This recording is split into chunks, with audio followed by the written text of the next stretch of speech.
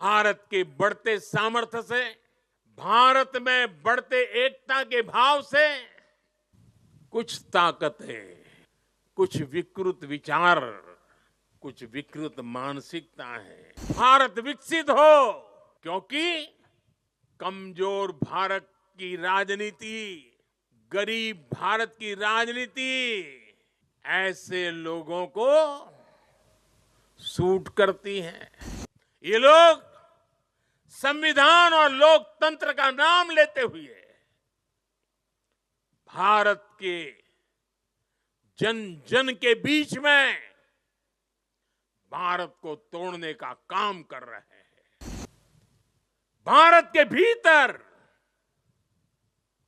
और भारत के बाहर भी ऐसे लोग भारत में अस्थिरता, भारत में अराजकता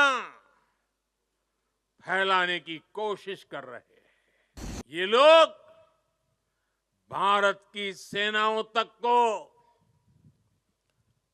टारगेट करने में लगे हैं। भारत के बढ़ते सामर्थ्य से, भारत में बढ़ते एकता के भाव से कुछ ताकतें, कुछ विकृत विचार, कुछ विकृत मानसिकता है, कुछ ऐसी ताकतें बहुत परेशान है। भारत के भीतर और भारत के बाहर भी ऐसे लोग भारत में अस्थिरता, भारत में अराजकता फैलाने की कोशिश कर रहे हैं। वो भारत के आर्थिक हितों को चोट पहुंचाने में जुटी हैं।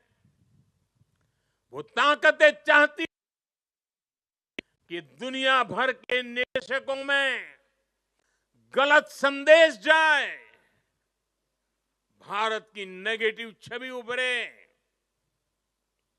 ये लोग भारत की सेनाओं तक को टारगेट करने में लगे हैं। मिस इन्फॉर्मेशन कैंपेन चलाए जा रहे हैं। सेनाओं में अलगाव पैदा करना चाहते हैं। ये लोग भारत में जात पात के नाम पर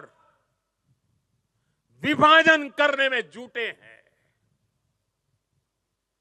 इनके हर प्रयास का एक ही मकसद है, भारत का समाज कमजोर हो,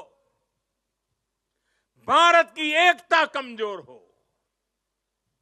ये लोग कभी नहीं चाहते कि भारत विकसित हो, क्योंकि कमजोर भारत की राजनीति, गरीब भारत की राजनीति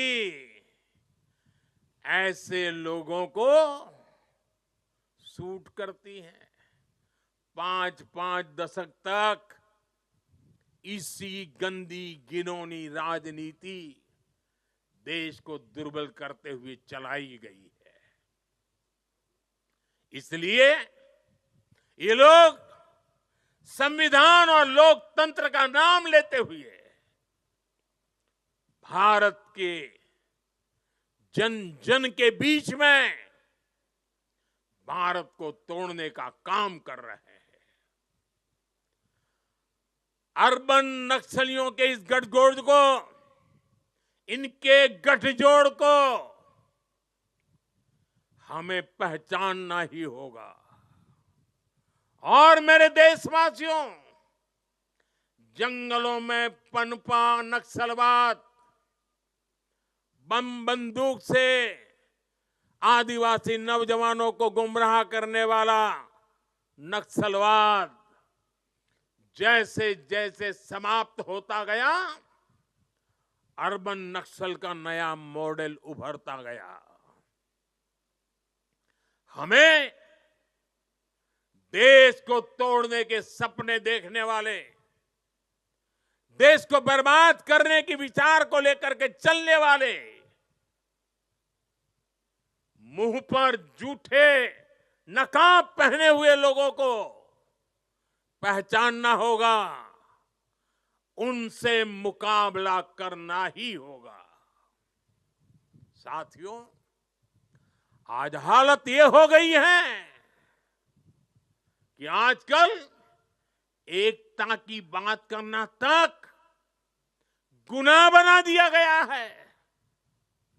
एक समय था जब हम बड़े गर्व के साथ स्कूल, कॉलेज में, घर में, बाहर सहज रूप से एकता के गीत गाते थे। जो पुराने लोग हैं उनको पता है हम क्या गीत गाते थे।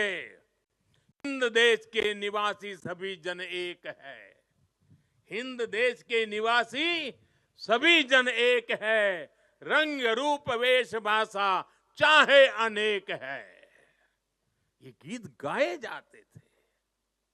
आज की तारीख में कोई ये गीत गाएगा तो उसको अरबन नक्सलों की जमात गालियां देने का मौका पकड़े लेगी।